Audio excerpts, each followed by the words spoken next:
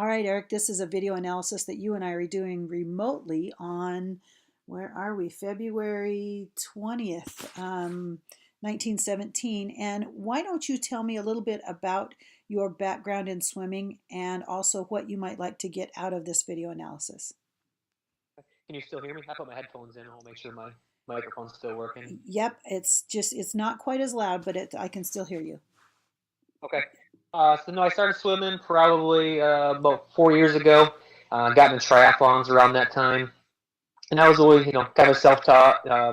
Worked my way up just by being a decent swimmer, just by being physically fit. I didn't have necessarily have the best form, but I was physically fit and I was able to swim pretty well. Then I met a guy who taught me total immersion, which was more about being just teaching streamline, energy conservation, and just being really streamlined in the water.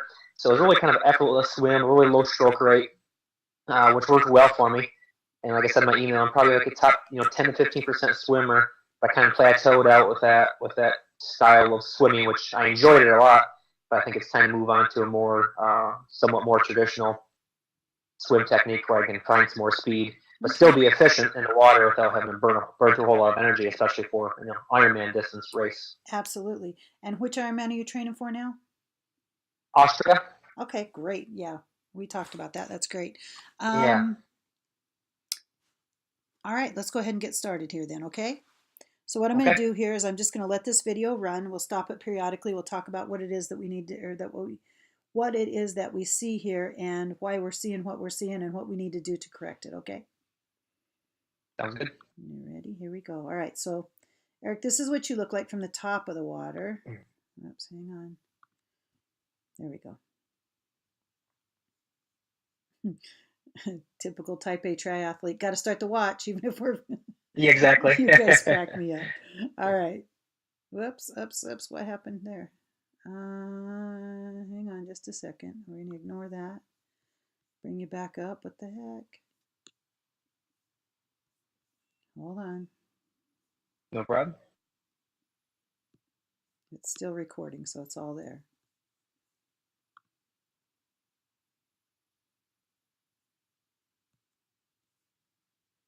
All right, let's try this again. All right, there's what you look like. Nice streamline off the wall, looks fantastic. All right, one of the first things I'm seeing here, I may wait it until... The video on my end is really choppy, but I'm guessing it's going to record just fine. But whenever you pause it, I should see what you're seeing. But yeah, it's not real smooth. I think it's just my computer, probably. All right, I am gonna. All right, here we go. This is really great footage right here. So one of the first things that I'm seeing here that I really, really like, looks really, really good. You see this huge bow wave that's coming off your forehead here? Can you see that? That bow wave tells me that you're moving through the water really, really well.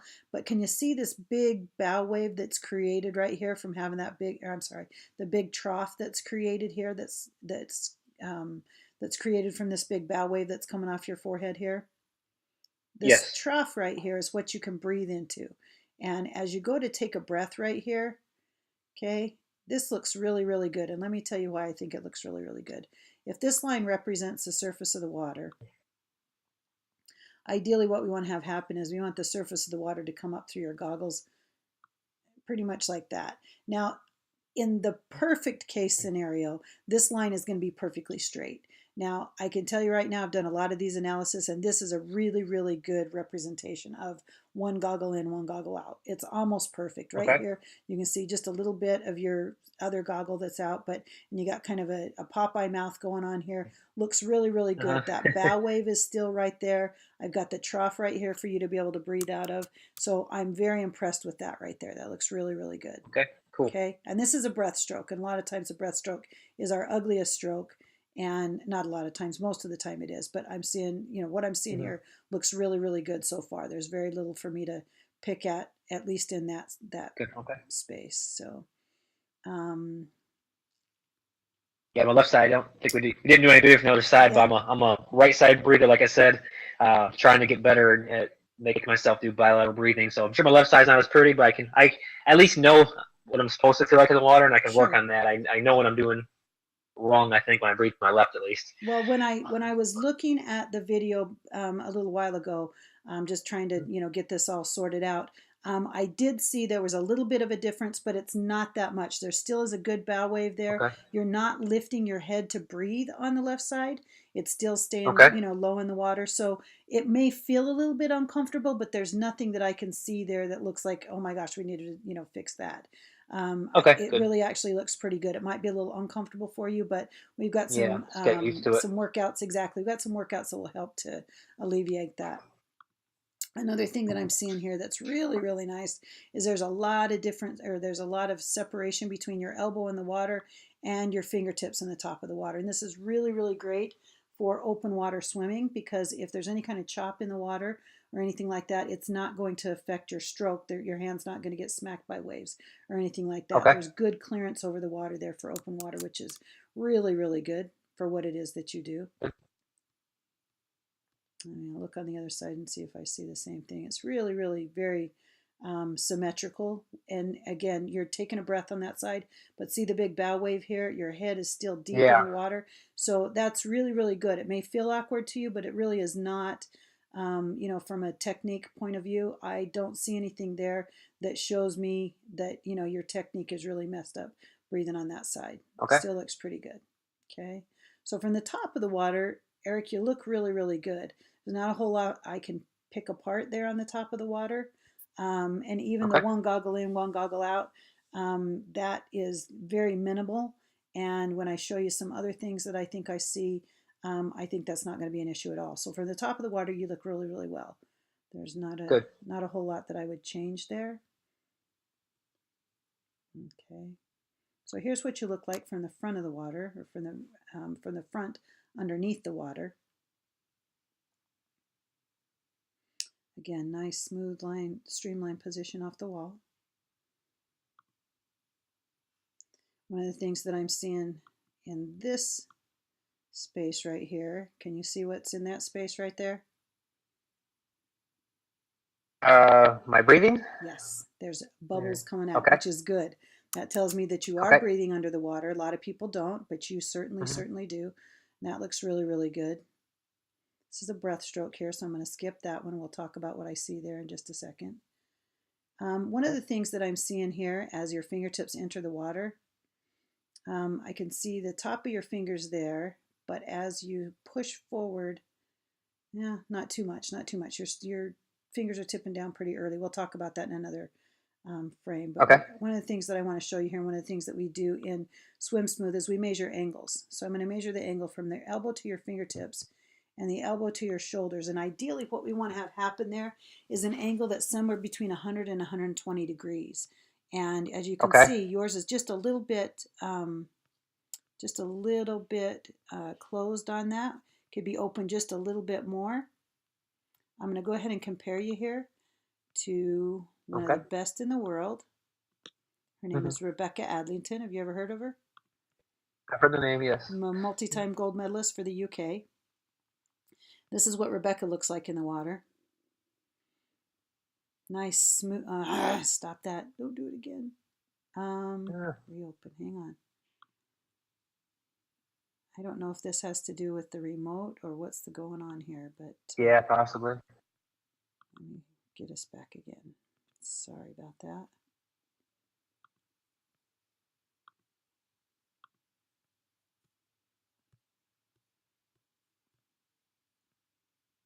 Okay. Do you remember what the number was? 88. 87, 88. Okay. And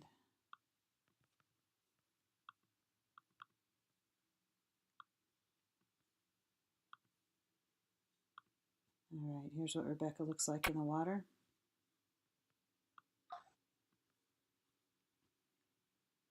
Nice, beautiful, smooth stroke. I hope it's looking smooth on your screen. If it's not, I'm sorry. It's so many smoothest, but I think once whenever you save the video and put it in Dropbox, I'll have a nice smooth image. I think it's just a different remote connection. It's a little nice choppy. and smooth in the water here.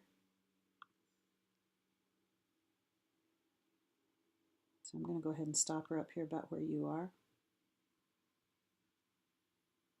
And then go ahead and measure the angle from her elbow to her wrist, elbow to her fingertips. And we're looking for something that's about 100 to 120 degrees. I might have missed a frame up or forward. It looks like she's a little bit forward of her shoulder right now. So again, 100 to 120 degrees. And hang on. Let me see here. Maybe I can get. Now, what's the purpose of going, say, from 85 or 90 degrees to 110 degrees? Am I getting more propulsion from the forearm, or is it easier on the shoulders and joints or something? All of the above. Let me show you what I'm talking about here. No, stop. Try that again. So around your body, when you're in water, there is disturbed water that's right here around your body. If you can see me making this circle around your body, this disturbed water is easy for you to get moving through. The further away from your body, the water becomes, if you will, for lack of a better term, more solid. So that 100 to 120 degrees, we have found that is the most efficient space to pull through in order to be able to propel your body through. Does that make sense? So that's why we kind of look at that 100 to 120 degrees. Now on the other side here, I'm going to show Rebecca on the other side. Again, we're looking at about the same amount here, 100 to 120 degrees. Let's see what happens on your side here on the other side. Hands right underneath your shoulder there. And again, we're looking for somewhere between 100 and 120 degrees. That's just outside of that. The other arm was just on the inside of that. As I was looking at the video beforehand, most of the time, as you can see here, this arm is a little bit tight. Almost every one of your strokes is a little bit tight. So if we can just open that up just a little bit, let me show you a drill that we use to be able to create that feel. Perfect. I don't want to use that video there. I need one of the things that I was monkeying with was this, and so it's probably defaulted to something different.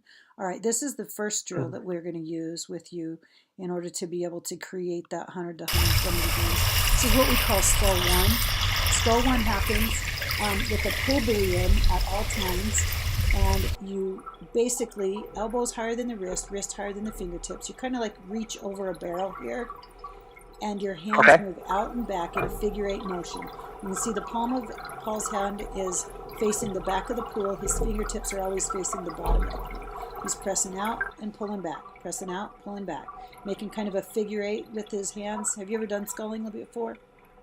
I have not. No. Okay, this is going to be a really huge drill for you for a lot of reasons, and we'll talk about those as it becomes more apparent. But as you can see, figure eight, hands are moving out and back, out and back.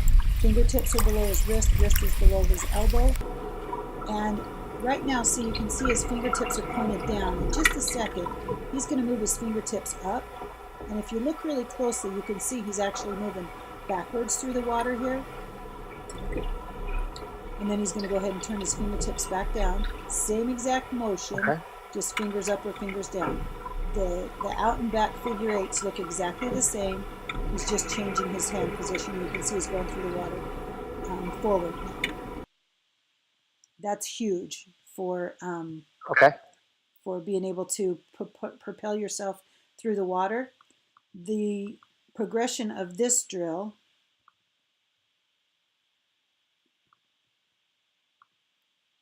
is called Skull 2. Skull 2 takes place directly underneath your shoulder, right where directly underneath your shoulder. And you can see his hands are deep in the water, and they're actually making that 100 to 120 degree angle. We'll show it from the front in just a second. Again, figure eight motion with your hand. Palms of the hands are facing the back of the pool. Fingertips are facing the bottom of the pool, pressing out, pulling back, pressing out, pulling back. The motion takes place just from his elbows down. You see his shoulders are they're not engaged hardly at all, and just pressing out and back. That's Skull 2. The progression after Skull 2 is Skull 3, and it looks like this. Skull 3 takes place where Skull 2 leaves off, and he's just pressing the water back towards his hip.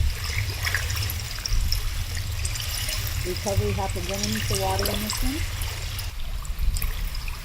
And you can see he's finishing off or following through all the way back by his hip. The thumb is practically brushing up against the hip. Again, all sculling is done with the pull buoy in and just pressing back, pressing back, pressing back, pressing back.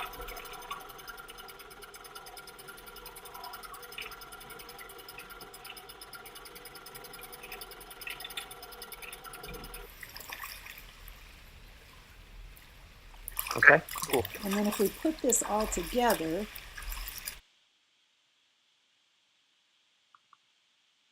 we get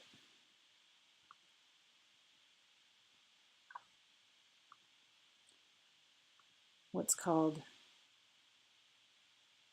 not that one, sorry, this one.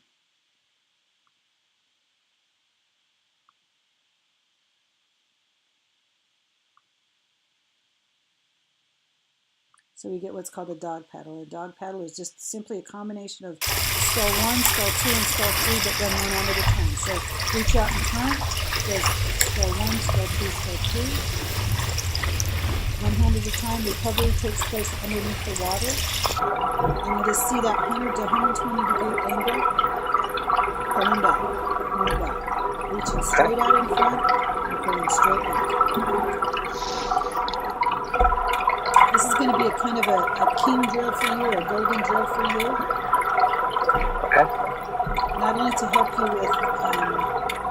with that 100 to 120 degree angle, but there's also some tricky little things that I'll show you from another angle that you're doing. But I just want to make sure that you've got these drills on your video so that you can see what you need to do after you and I shut this down. So skull 1, skull 2, skull 3, and then the progression of those is the dog paddle drill. You can see his elbow is always higher than his wrist. Wrist is higher than the fingertips. He's reaching over a barrel at all times before he pulls back. Do you see that? I see the just higher than the fingertips and then elbow higher than the wrist. What was after that? That's the kind of reaching over the barrel. And I'll show you in just a second what I'm talking about with that, or why we're doing that. All right, so that's the kind of things that I need you to see from underneath the water on that one. All right, let's go ahead and let this run just a little bit more, because I did see a couple other things. Now, you can see right here, your hand is entering kind of thumb first here. It's not horrible, because in just a few seconds you correct that. Right now the palm is facing the bottom of the pool there, which is good. And this is a breath stroke. So, so again, those are usually your worst strokes. But you can see that just, I'm being kind of nitpicky there, because you're only about probably 10 inches under the water, but already there your fingertips are tilted down and you start pulling back there. So what needs to be corrected is just a very small amount right up here in the front. We'll be able to see that a little better from the other angle. Now you don't do that with your right hand, even if you're taking a breath. You don't do that with your right hand, but you still do come in just a little bit tight. Go ahead. My left hand likes to, for some reason I point my fingers towards the left for some reason. I almost put my wrist at like a 40-degree angle, and I have to really be cognizant to point my fingers towards the end of the pool. I don't know why. I think I developed it for a straight swimming. I'm counterbalancing something else. So I've been playing with this in the pool over the past week, trying to keep my wrist straight. And I notice when I keep my wrist straight, I start kind of going to the right.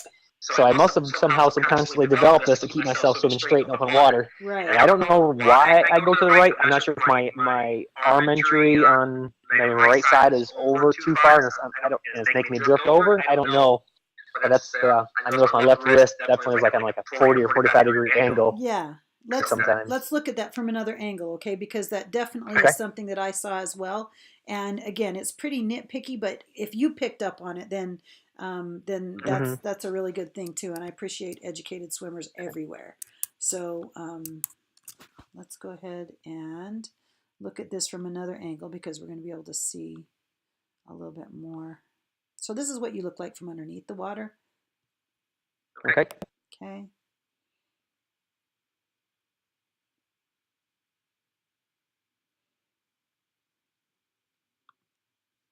All right, I'm going to go ahead and leave you right about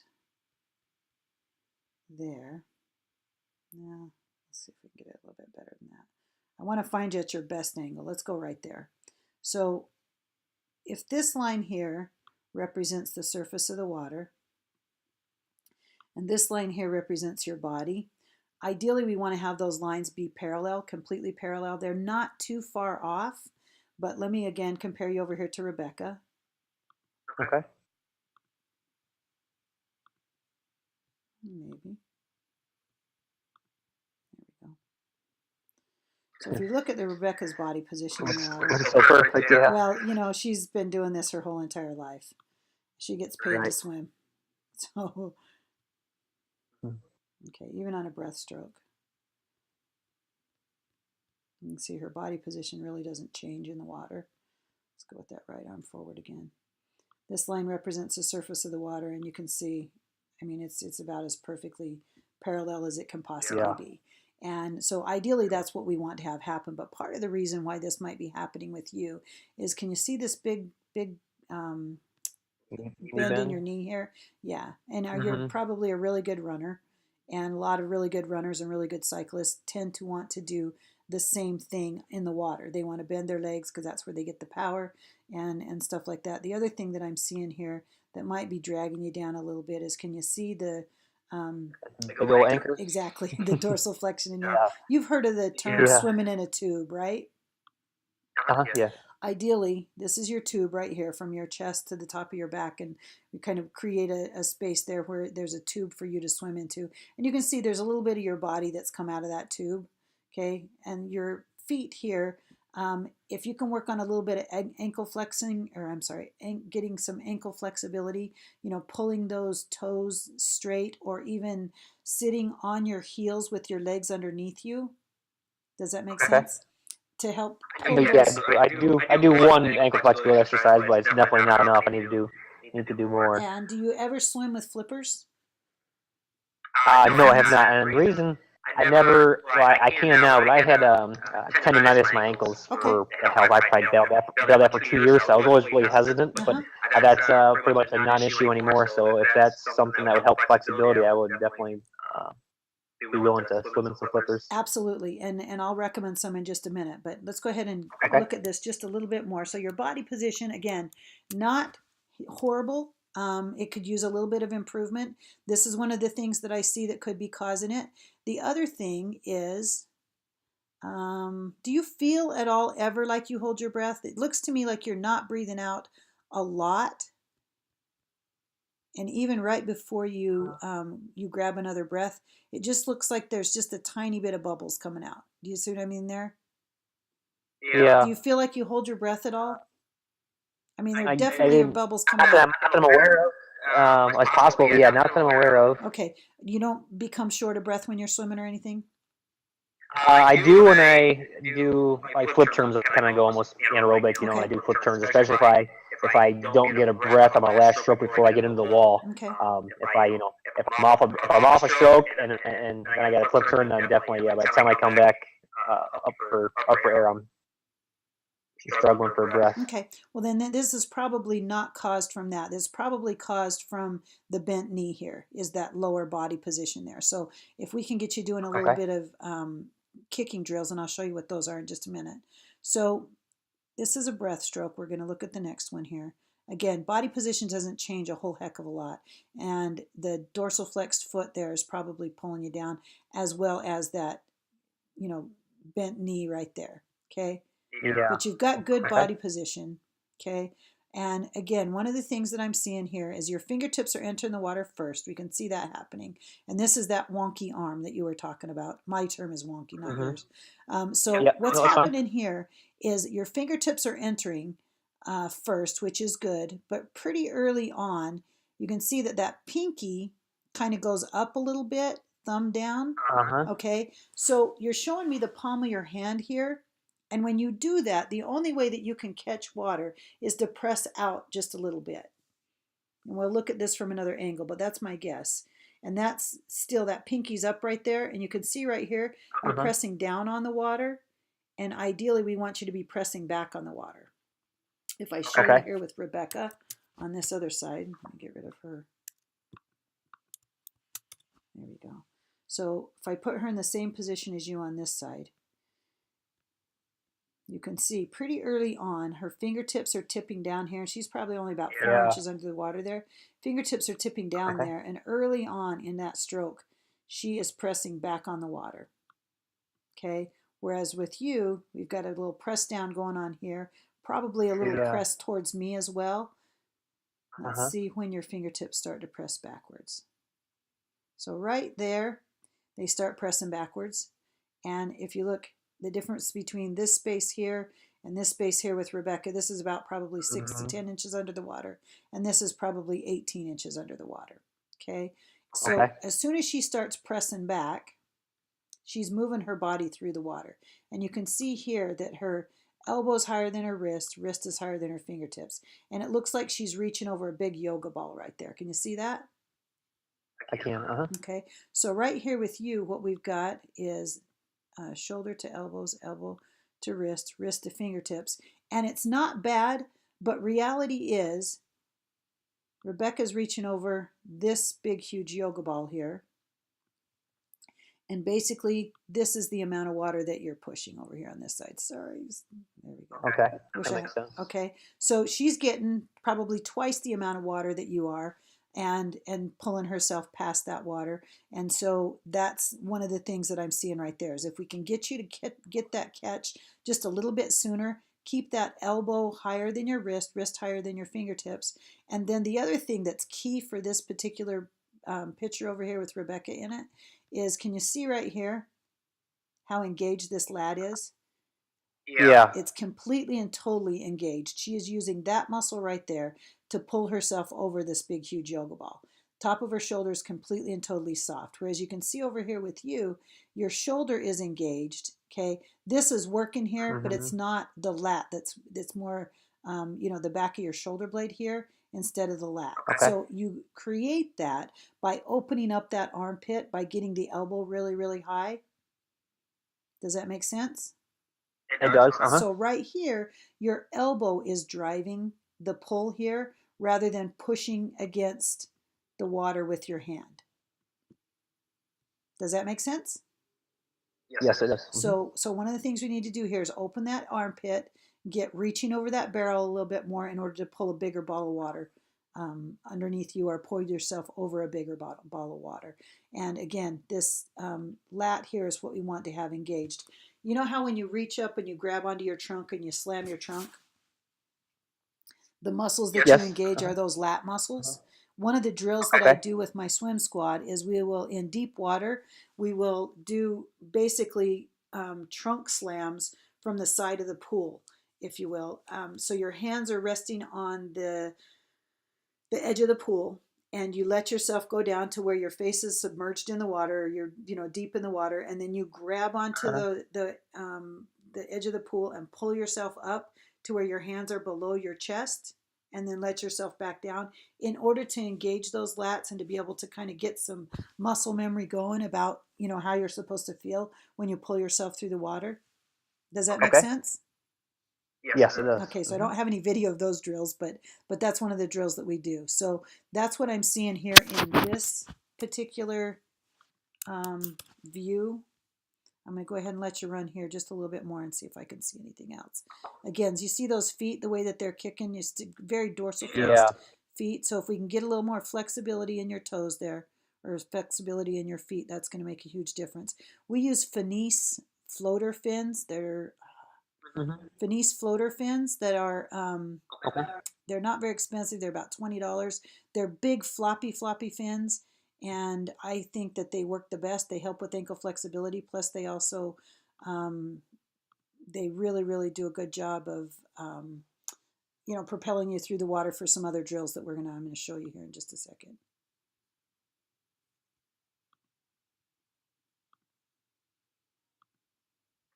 All right, here we go.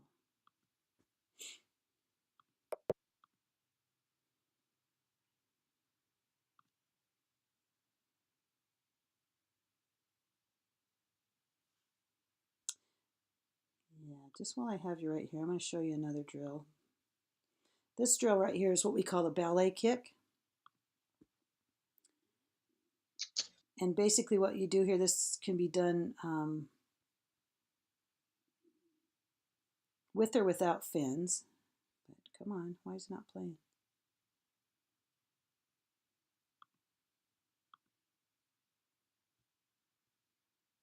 I keep the straight leg and toes pointed down. The toes pointed down, kicking, yeah. is that what And you're just doing? kicking. Yeah, Okay. but I don't know why it's not playing. Come on.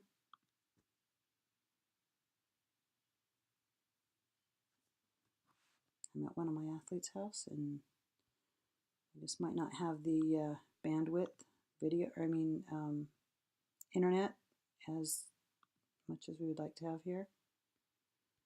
Let's Mhm. put this page.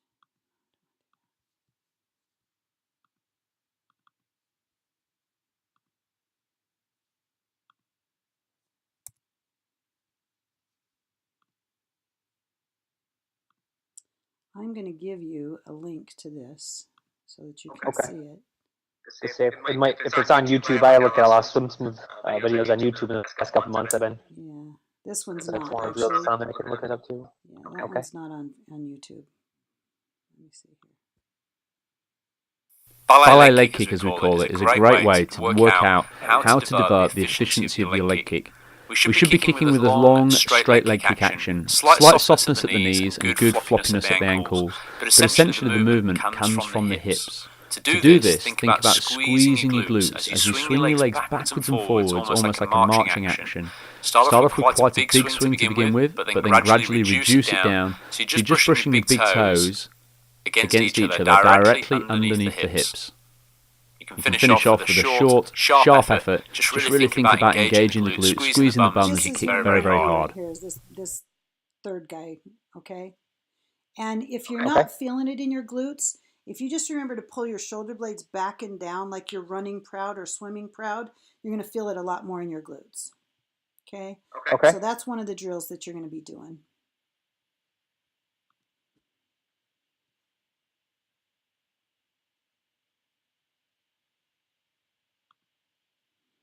Again, see the elbow over the wrist, or the elbow higher than the wrist higher than the fingertips. You're not doing bad here, but I can tell by this picture right here that your shoulder is what you're pulling with instead of the lat. Yeah, definitely. You see? And you just, like I said, just by opening that armpit, doing a little bit more of the skull one motion, will create that space there. Okay? Okay. And this one right here, I see what you're talking about. You see how the fingertips are moving out here like this? Uh-huh. And then you start correcting, and you do a good job of correcting. That still is not too much. You're not missing too much. Maybe a quarter of your stroke you're missing. Okay. And the right hand doesn't do that. The right hand actually does very, very well. Nope. And you can see it, armpits open there. It's just that the lat's not quite engaged enough. And that's just because you haven't felt that yet. You're probably used to swimming, or used to feeling swimming more in your shoulder than in your lat. Uh-huh. But that's why swimmers have that, beautiful A-frame. All right, let's go ahead and see what you look like from the top here. This is going to show us a little bit about what your overall body position and efficiency is in the water. And honestly, Eric, you're a good swimmer. There's just a few little things that we can tweak here. Yeah, no, that's what I'm looking for. Every little tweak, especially in the water, being so much, 700 times denser than air, 1 inch can make all the difference in the world. And swim is so very, very technical. Okay, so if I was to run a plumb line down the middle of your body right here, let's see what happens. Okay, that hand enters in front of your shoulder, right where it's supposed to, but you can see here this hand is tilted out just a little bit here. And when that happens, actually you correct it very, very well. Normally what I would expect to see is I would expect to see that hand come out about this far in order to be able to feel the water, but you turn it in pretty early on, or pretty quick. So there's not a huge issue there. But again, the shoulder kind of collapses here as you start to pull. When you widen the distance between your chest and your hand to 120 degrees, that's also going to make a difference. Like I said, that skull 1 and 2 and 3 is going to be huge for you. Cool. This hand is entering just a little bit. I mean, it still is in front of your shoulder, but starting to cross over just a little bit. That is a breaststroke, though. It's crossing underneath your body just a little bit, but my guess is that's because it's a breaststroke. And we all have crappy breaststrokes. I mean, everybody does. Yeah. With the exception of Rebecca and Mr. Smooth. Right. But right here, you can see as you reach out here, and your hand kind of goes out to the side a little bit, and your it just doesn't have the support there that it needs. And so to create the balance, you can see this going on here with your legs. A little bit of a scaling or scissor kick. You're outside of that tube again. If this line represents the tube of your body, you know, you're obviously a little bit outside of that with that scissor kick. And again, if you can get some stability with this left hand up in front here, then that scissor kick is going to go away. Okay. Again, looking pretty good here. I don't see a whole lot. If we can fix what's going on up here, then all this stuff is going to come into play, or it's going to, you know, fix itself. Because if you have, you always have to have good balance in the water. Every swimmer has to have balance in the water. And if you have good balance in the water and you have good form in the front, then the legs don't do anything to counterbalance that. So I am going to compare you here to Mr. Smooth. I know if you've seen our website, you've seen him. This is Jono Van Hazel. Have you seen his videos? Yes. Okay. So Jono is who we patterned Mr. Smooth after. You can see just as smooth and beautiful, almost the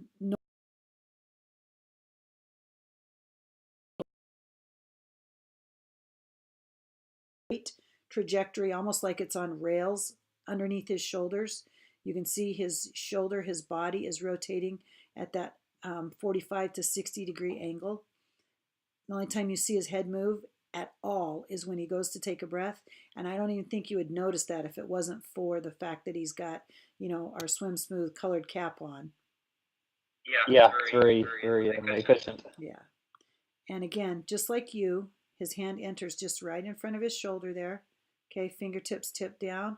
And the hand stays right underneath his shoulder the entire time. It's like it's on rails. And the reason why it does that is because of this 45 to 60 degree angle here in his shoulders. And the rotation happens between his shoulders and his hips, but it does not, there's nothing wonky that goes on with the hand or anything like that. It all stays right underneath his shoulder. You see that? And if I run you over here, now let's just get you both going at the same time. Like I said, not too terribly bad off, Eric. You're a good swimmer. It's just a few little things here and there.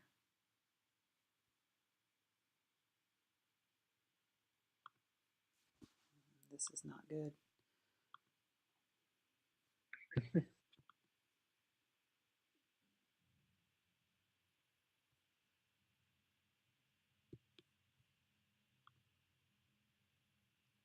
There are a couple other drills that I want to put on here for you.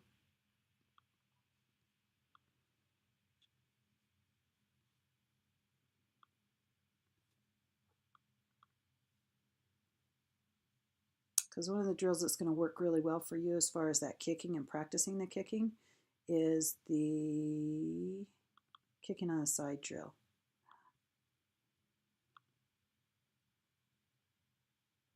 Open with, there we go, quick time. I have to fix that default. So these are the fins that I'm talking about, are those big floppy fins that are made by Finis, and I'll put that in the Dropbox too. I've got a discount code that you can purchase. But big floppy fins. So this is a side kicking drill, and the side kicking drill is done with, again, those big floppy fins on. Your lead arm is pointed out in front of you, elbows higher than your wrist, wrist higher than your fingertips. And you're just kicking on your side, pulling the shoulder blades back and down in order to stay going straight down the lane. If your shoulders curl over at all in the front, it'll send you across the lane. And when you need to take a breath, your nose is pointed down to the bottom of the pool. You need to take a breath, you simply turn your head, take a breath, and then go right back down. looking down past your armpit, blowing out bubbles the entire time. The progression to this drill is called a 616.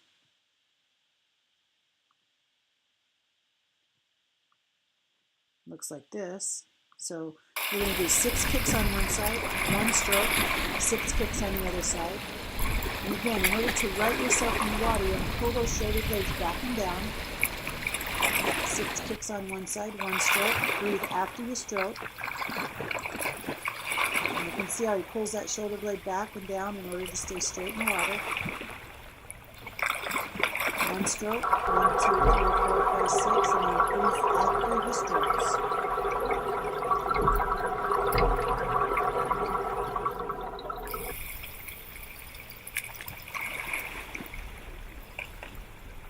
And then the progression after this is a 6-3-6. So 6 kicks on one side, 3 strokes, and 6 kicks on the other. I'm going to give you these videos or access to these videos so that you can see what they are, but I'm not going to spend a whole lot of time doing more of it. Sure. So does that make sense to you? And you can see how streamlined and the fingertips are pointed straight down the lane. Do it again. So fingertips are pointed straight down the lane, and this is where you'll kind of play a little bit with, you know, that left hand that kind of points out a little bit. You'll be able to feel that. Do you have any swim toys, paddles, or anything like that that you use? Kickboard and a pull buoy, and then I've owned paddles for a long time, but I also had some tendonitis in my shoulders, which is under control now as well. So I've started using it a little bit, but I'm not really. I don't know if I'm not good at them. I'll tell you that. Well, a couple of the paddles that we recommend are again, they're put out by Finis, but we found that they're really, really great for immediate feedback. They're not cheater paddles or anything to build strength or anything like that.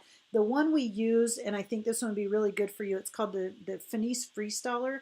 It's a triangle-shaped paddle, and it has a keel on the bottom, so that if you spear in and try to tilt that hand out to the left, or your left hand outside, the keel on the bottom of that thing will grab water, and it'll actually spin underneath your hand.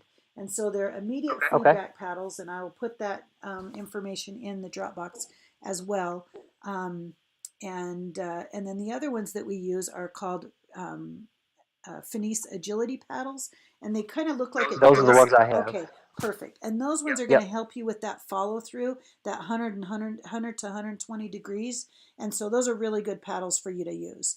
And you don't want to use them all the time, obviously, but I'll give you some workouts to be able to know when you use those paddles. Do you have any questions for me that you want to have answered on this video? I think we've covered everything I had questions on. Okay. You've played a little bit with Swim Smooth, and you know about our swim types. Do you want to guess as to what swim type I think you are? I just honestly don't know. Yeah, I'm not going to guess. Okay. I would characterize you as a very, very, very advanced overglider. I think at some point you do have some overglider tendencies because that hand kind of reaches out really far in front, and the elbow is very, very straight. Fingertips start to try. And that's the total immersion. That's like the whole philosophy behind that. Absolutely. About gliding. Absolutely. So yes, I know I'm definitely a glider. Yeah. So, but again, I say you're very refined because I see some of those characteristics, but they certainly you've been playing with Swim Smooth, and you've been watching and trying to correct some of those things that total immersion may have started you on. And it's not necessarily a bad thing. It's just the way you are. And also, one of the characteristics of an overglider is the analyzing part, and you're very much an analyzer, but that makes you also very good at correcting what it is that you do. You're not arguing with me about anything that I'm recommending here. You're taking the information in, and you'll use what you think you need, and maybe leave the rest or whatever. But I would characterize you definitely as an overglider, but very refined. Okay. So I'm going to also give you the overglider correction. Stroke correction guide, but please know that you're not the infantile of that. You are definitely on the over achiever side of it, and definitely quite a bit more advanced than an overglider. But I wouldn't call you a smooth yet. You're on your way there, but not quite. So Cool. Is there anything else that you would like me to put on this video before I shut it down? No, I think we're good. Okay, Eric. Then I'm going to go ahead and stop this recording here.